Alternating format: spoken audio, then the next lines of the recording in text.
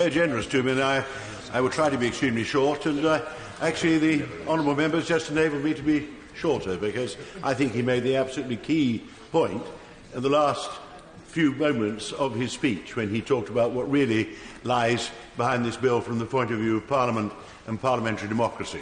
I mean, we all know we're in the middle of an historic crisis, and we all know our duty is to take a decision that will be best for future generations, will do least damage to our political standing in the world and to our economy. But this horrendous debate, which is tearing the country apart, is doing great harm to our political institutions, and particularly Parliament. A large number of the population on either side of the European debate are beginning to hold Parliament almost in contempt, and fanatic leavers are just convinced that it's wicked MPs who are undermining the people's will, and we're solely responsible for the appalling deadlock which we're in. So I'm very glad that, with your help, Mr. Speaker, my right honourable friends and others have found this way of enabling the Parliament to assert itself and give its view and face the fundamental challenge from our constitutional point of view, which will determine the political relationship between governments of all colours and parliaments for quite a long time to come. Great debate. Is everybody else going to have I love to debate, my honourable friend, I often have. I get longer and longer once I give way. As the Speaker has not put me under the time limit, I'll try to avoid giving way, to be fair to other people. The reason for this motion, and the underlying reason for the opposition to it, is simply that the government is insisting on pursuing a policy which it knows a majority in Parliament is opposed to.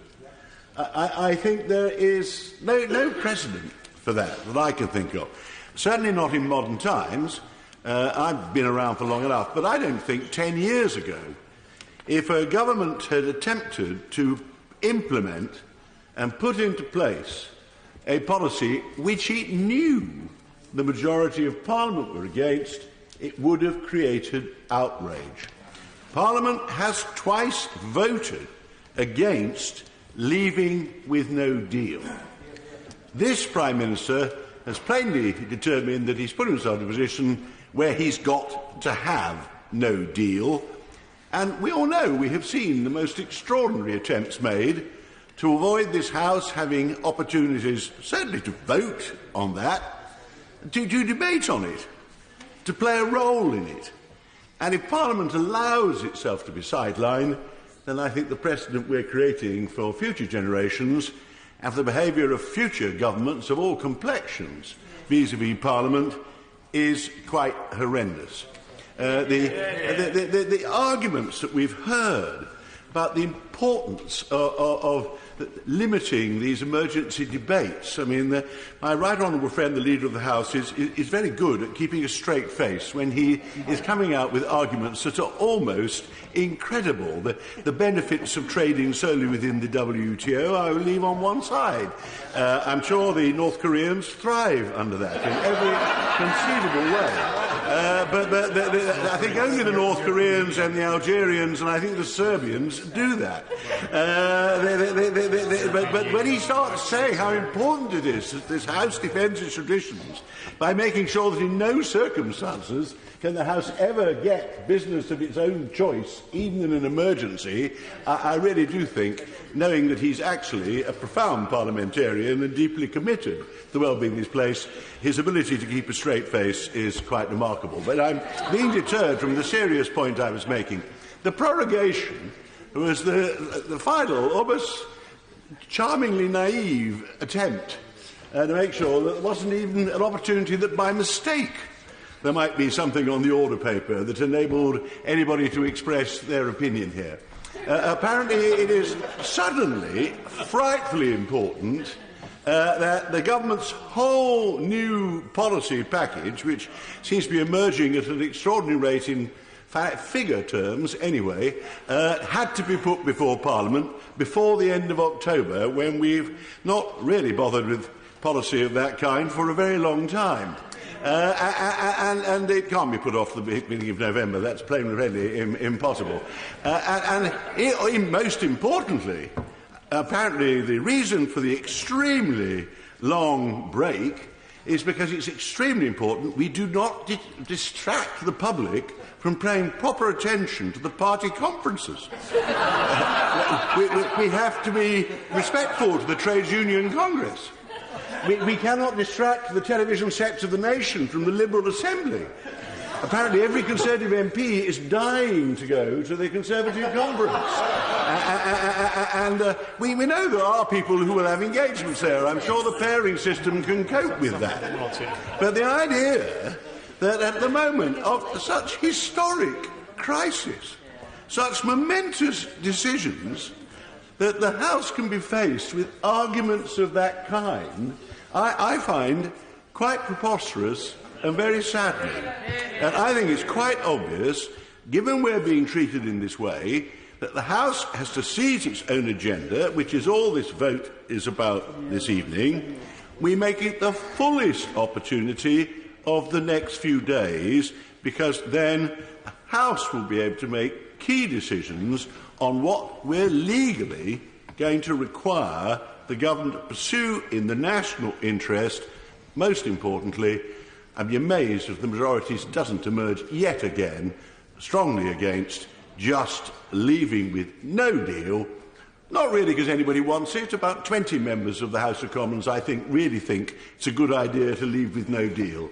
It's the right of my party, otherwise having given up and deciding, get it over with, leave with no deal.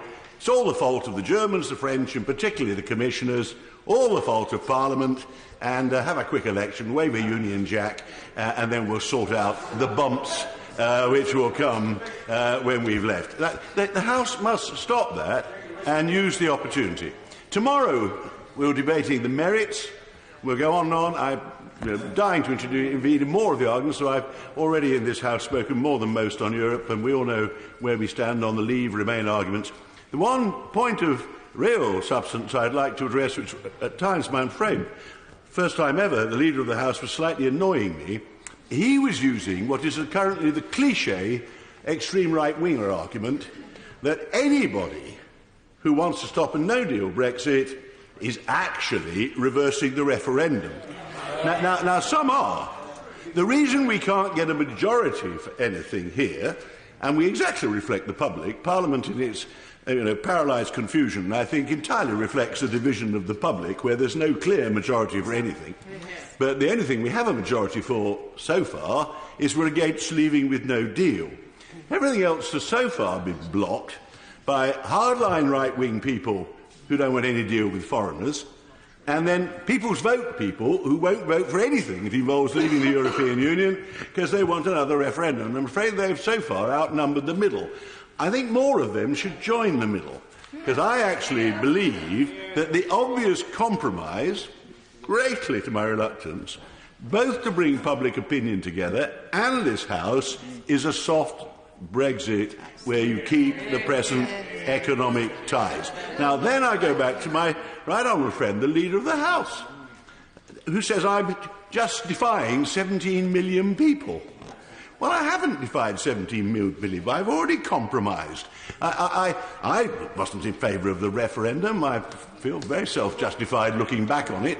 I made it clear I didn't vote for it. I made it clear I wasn't going to change my lifelong opinions because of one day's vote on the simple question on a terribly complicated subject of our national destiny. I voted against invoking Article 50. I was guilty of that. Since then, I accept the way to proceed is a soft Brexit, leave the political union, stay in those superbly free trade arrangements which British Conservative governments took a leading role in creating. I have voted for Brexit 3 times, which is a considerable... If this bill gets passed, and if we get onto the substance of the thing, I will vote for Brexit again. I have had the privilege of at least once voting alongside the Prime Minister and the Leader of the House in favour of Brexit on terms which they now treat with derision. And I don't want to listen to conspiracy theories about the Irish backstop. I don't think any of the English public, sadly, take any interest in Irish political affairs. 9 out of 10 have no idea what the Irish backstop is. This is an entirely closed little debate.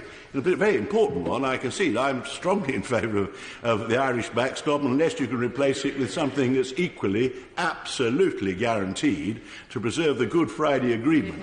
But at the root of the thing, we do have to deliver to the people.